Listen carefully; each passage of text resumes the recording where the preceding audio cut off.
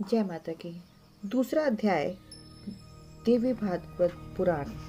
महामुनि जैमिनी द्वारा श्री वेद व्यास जी से शिव नारद संवाद के बारे में संवाद के रूप में वर्णित देवी के महामात्य वाले देवी पुराण को सुनाने की प्रार्थना करना। सूची बोले, बहुत से पौराणिक आख्यानों का श्रवण कर लेने के बाद मुनिश्रेष्ठ जैमिनी ने भूमि पर दंड की भांति गिरकर व्यास जी को प्रणाम करके उनसे आदर पूर्वक पूछा। जैमिनी बोले, समस्त वेद वेत्ताओं में श्रेष्ठ मुनिवर, आपको नमस्कार है। महामते, इस लोक में आपसे बढ़कर वक्ता और कोई नहीं है। मुनि, आपके मुखारविंद से पुण्यमयी कथा सुनकर मैं कृतार्थ हो गया हूँ, इसमें संदेह नहीं है। अब एक दूसरी बात जो मेरे मन में चिरकाल से स्थित है, उसके विषय में सुनना चाहता हूँ।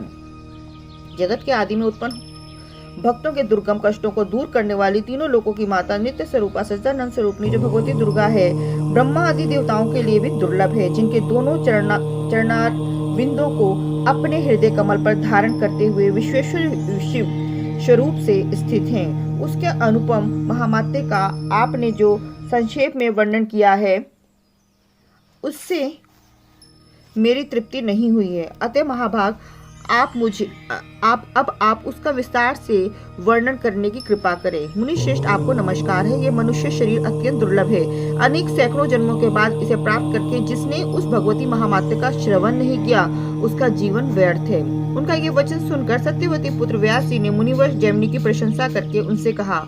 व्यास जी बोले, महामती जैमिनी, आप परम भक्ति तथा ज्ञान से युक्त हैं। वत्स, आपने इस समय बड़ी ही कल्याणप्रद बात पूछी है।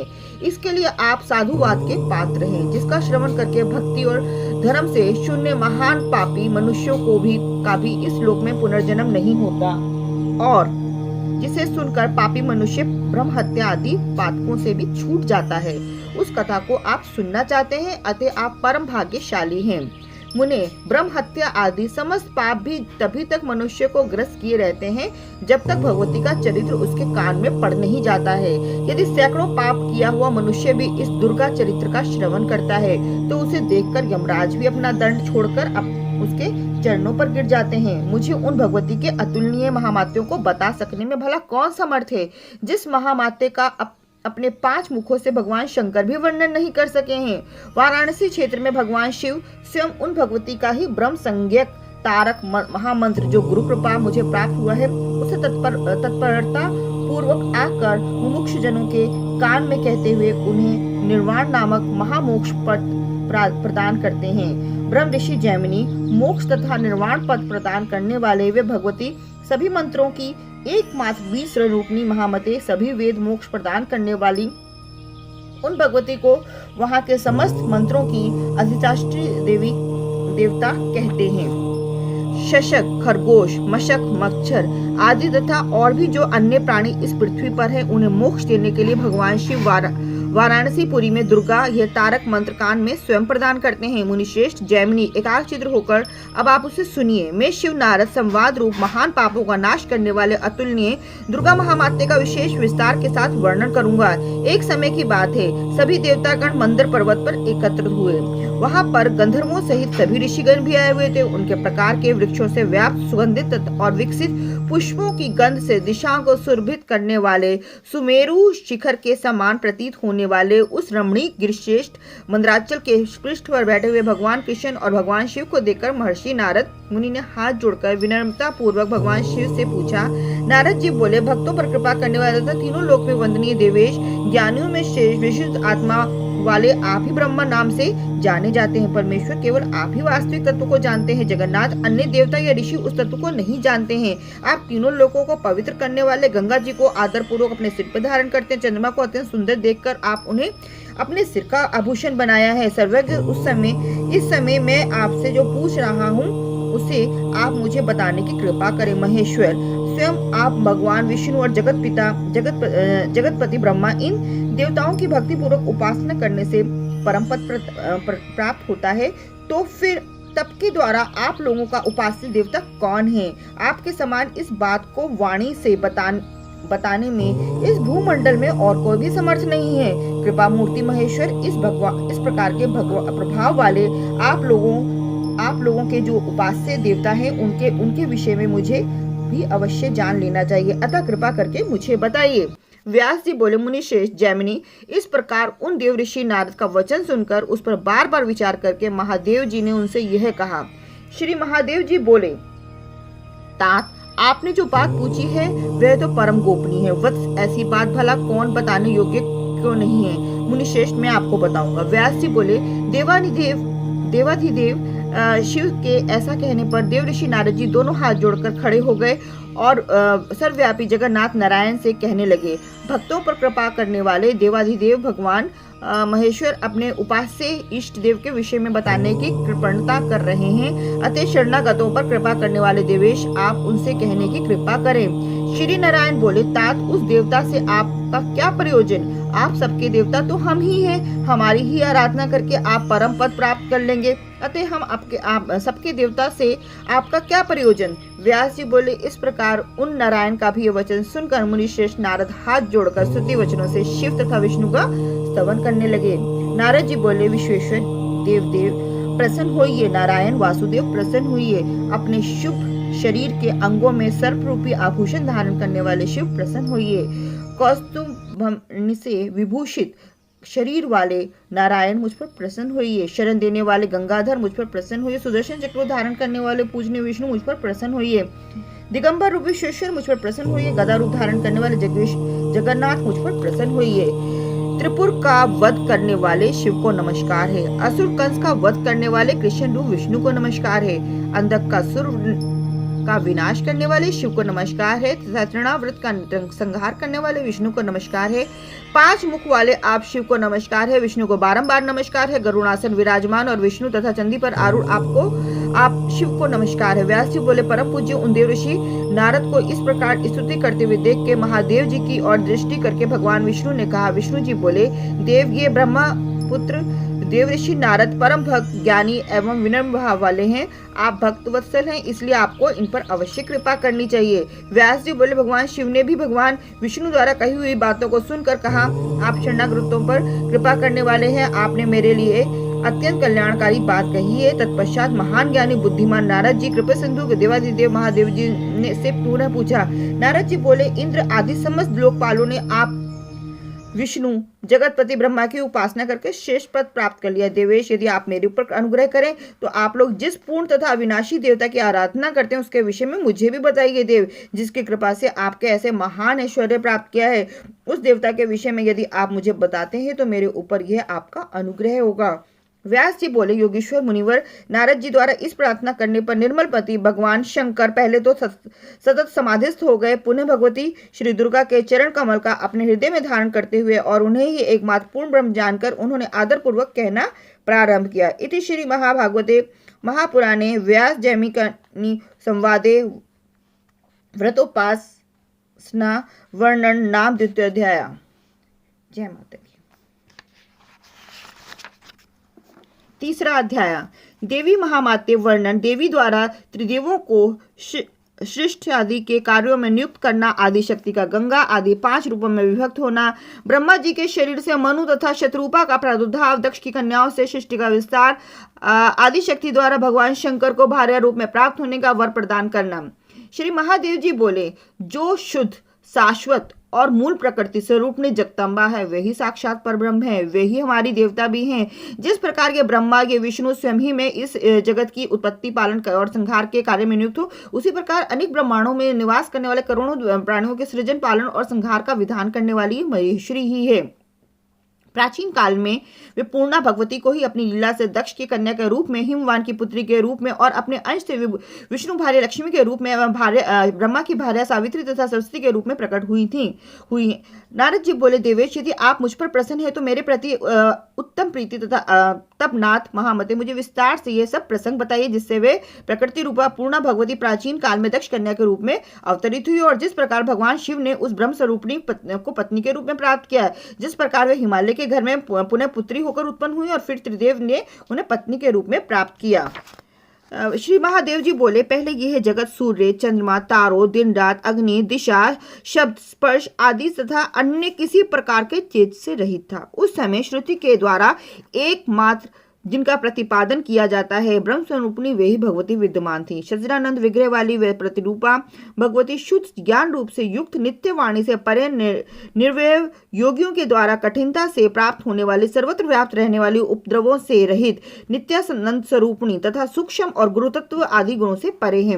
उन भगवती की सृष्टि करने की इच्छा हुई। उसी समय रूपा रहित हुए भी प्रकृति स्वरूपिणी उन पराम्बा ने इच्छा से शीघ्र ही प्रसन्नता पूर्वक रूप धारण कर लिया। उनका विग्रह निखरे हुए काजल के समान था, विकसित कमल के समान सुंदर मुख था, 4 भुजाएं थी, नेत्र लाल वर्ण के समान थे, बाल खुले हुए थे, दिशा रूपी वस्त्रों से सुशोभित स्थूल उन्नत ज्योतिर्मय सिंह की पीठ पर विराजमान थी। तदंतर उन्होंने अपनी इच्छा से अपने रजस, सत्व और तमोगुण के द्वारा शीघ्र चैतन्य रहित एक पुरुष की सृष्टि करी। इस और सत्व आदि तीनों गुण से युक्त उस उत्पन्न पुरुष को देखकर भगवती ने स्वेच्छा से उस पुरुष में सृष्टि करने की अपनी इच्छा का समावेश है। इच्छा ये देखकर शक्तिमान पुत्र तीनों गुणों के आश्रय से ब्रह्मा, विष्णु तथा शिव नाम वाले 3 पुरुषों के रूप में प्रकट हो गया। वहां तत्व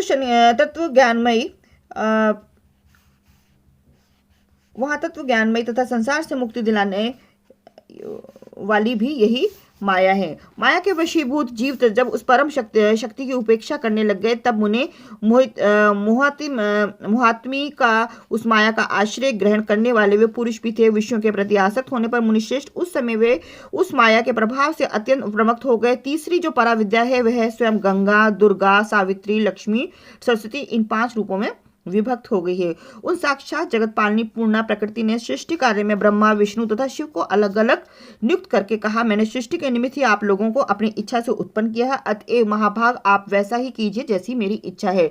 ब्रह्मा अनेक प्रकार के विचित्र तथा असंख्य स्थावर और जंगम प्राणियों की निर्बंध भाव से उत्पत्ति करे। विशाल भुजाओं वाले बलशालियों श्रेष्ठ विष्णु जगत को शुभ करने के लिए, दुष्टों का संहार करने के लिए, सृष्टि का पालन करने के लिए, और अंत में जब मेरी नाश करने की इच्छा होगी तब तमोगुण युक्त शिव संपूर्ण जगत का नाश करेंगे। आप तीनों पुरुषों की सृष्टि आदि तीनों कार्यों में एक दूसरे की सहायता भी अवश्य करनी चाहिए। मैं सावित्री आदि 5 श्रेष्ठ देवियों के रूप में विभक्त होकर आप लोगों की पत्नियां बनकर स्वेच्छा पूर्वक विहार करूंगी।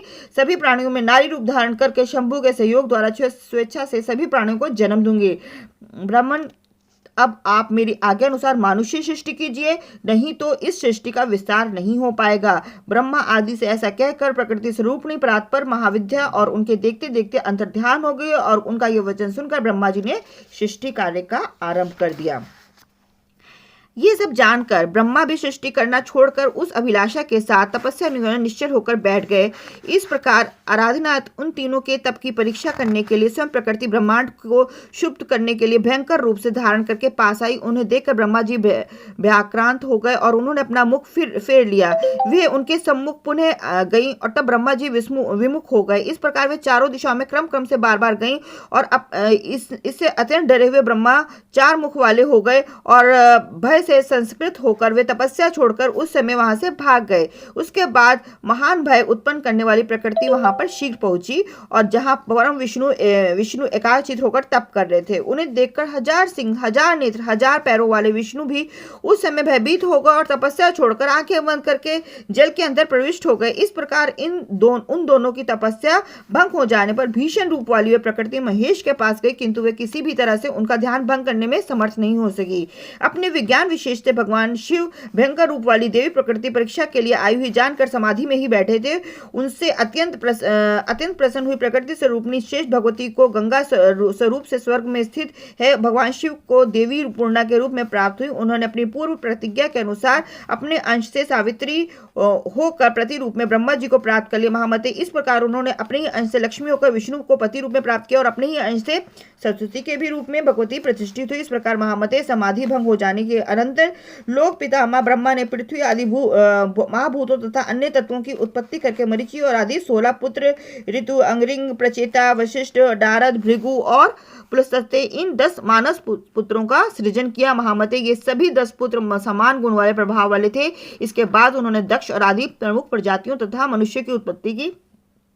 तदंतर उन्होंने मानसी पुत्री संध्या मनुभव कामदेव को उत्पन्न किया तथा पुनः स्वर्ग, मृत्यु और पाताल लोक में स्त्री पुरुषों को विमोहित करने के लिए काम रूप उस पुरुष को स्वयं नियुक्त कर दिया। प्रजापति ब्रह्मा ने भी प्राणियों में विमोह उत्पन्न करके उद्देश्य से ही उन्हें पुण्यमय तथा धनुष तथा पुष्यमय 5 बाण प्रदान किए। तत्पश्चात ब्रह्मा जी ने अपने शरीर से 2 भागों में विभक्त किया। उनके शरीर के बाएं आधे भाग से शत्रुपा नामक सुंदर रूप वाली स्त्री उत्पन्न हुई और दाएं भाग से स्वयंभू नाम वाले मनु उत्पन्न हुए। उन्होंने कामदेव के 5 पुष्प बाणों से ही आहत मनोहर मुस्कान युक्त उस सुंदर अंगों वाले शत्रुपा को भार्या के रूप में ग्रहण किया।